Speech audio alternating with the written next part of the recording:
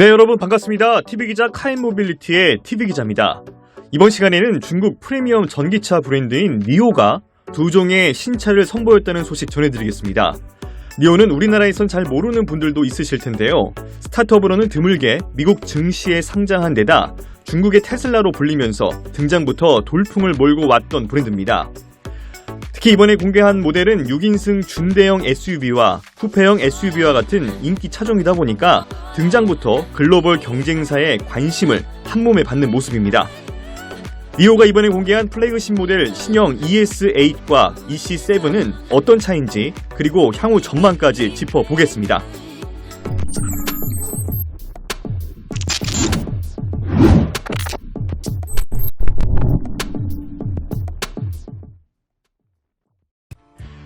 먼저 6인승 플래그십 SUV 전기차 비올류 ES8을 살펴보겠습니다. 현대차 아이오닉 7과 기아 EV9의 강력한 대항마가 될 것으로 예상되기 때문에 주목해볼 필요가 있을 것 같습니다. 니오 ES8은 니오에서 야심차게 개발한 2세대 플랫폼을 기반으로 만든 6인승 플래그십 전기 SUV입니다. 그동안 중국차라고 하면 어딘가 모르게 아쉬운 구석이 한두 개씩은 나오기 마련이었는데요. 이번 ES8은 일단 외관상으로는 완성도를 상당히 높인 것으로 보입니다. 공기저항을 고려한 디자인과 도시명 SUV를 표방하는 세련미는 플래그십 모델로서 부족함 없는 자태를 보여주고 있습니다. 전체 길이는 5099mm, 넓이는 1989mm, 높이는 1750mm입니다. 포드 익스플로러와 유사한 크기라고 보시면 이해가 더 쉬울 것 같은데요. 실내 공간을 좌우하는 휠베이스는 3070mm로 안락함을 더했습니다. 차체는 90% 이상 알루미늄 바디를 적용하면서 가볍지만 강성은 더 좋아졌다는 평가를 받고 있습니다. 준대형 모델임에도 공기저항 개수는 0.25cd를, 제로백은 4.1초를 기록하면서 덩치에 걸맞지 않은 민첩한 움직임을 보여줍니다. 최고 출력은 480kW로 이를 마력수로 환산하면 650마력이 넘는 수치를 달성했습니다. 1회 충전 시 주행거리도 만족스러운 수치를 달성했는데요. 재원상 WLTP를 기준으로 900km를 달성했습니다. 주행 모드는 에코 모드부터 견인 모드까지 모두 10종류나 갖췄습니다. 특히 제로백 3.8초를 가능하게 하는 스포트 플러스 모드를 동작할 수 있다는 점은 인상적입니다.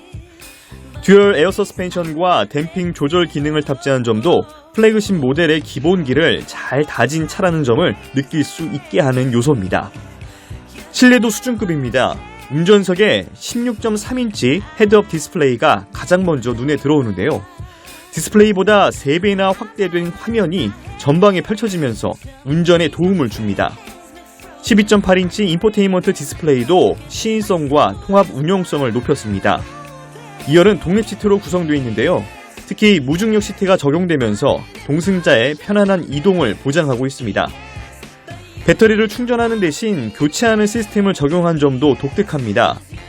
니오 측에 따르면 도심 주행 중 배터리 스테이션에 잠깐 들러 부족한 배터리를 교체하는 것이 가능하다고 했습니다. 내년부터 이 배터리 교체 기술을 적용하면 전기차의 단점인 충전 시간이 3분 남짓으로 크게 줄어든다고 니오 측은 밝혔습니다. 다만 인프라 확충과 안전 등의 문제로 해결해야 할 걸림돌도 많아 보이는데요. 중국판 테슬라로 불릴 만큼 획기적인 시스템일지는 검증이 더 필요해 보입니다. ES8은 75kWh와 100kWh 두 종류의 배터리를 채택하고 있습니다.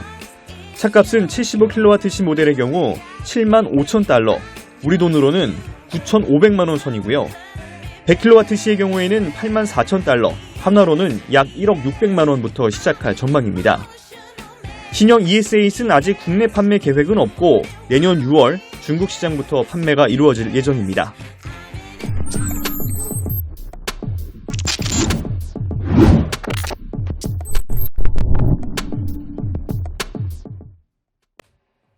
이번에는 아우디 이트론의 라이벌을 자처하는 쿠페형 SUV EC7을 살펴보겠습니다.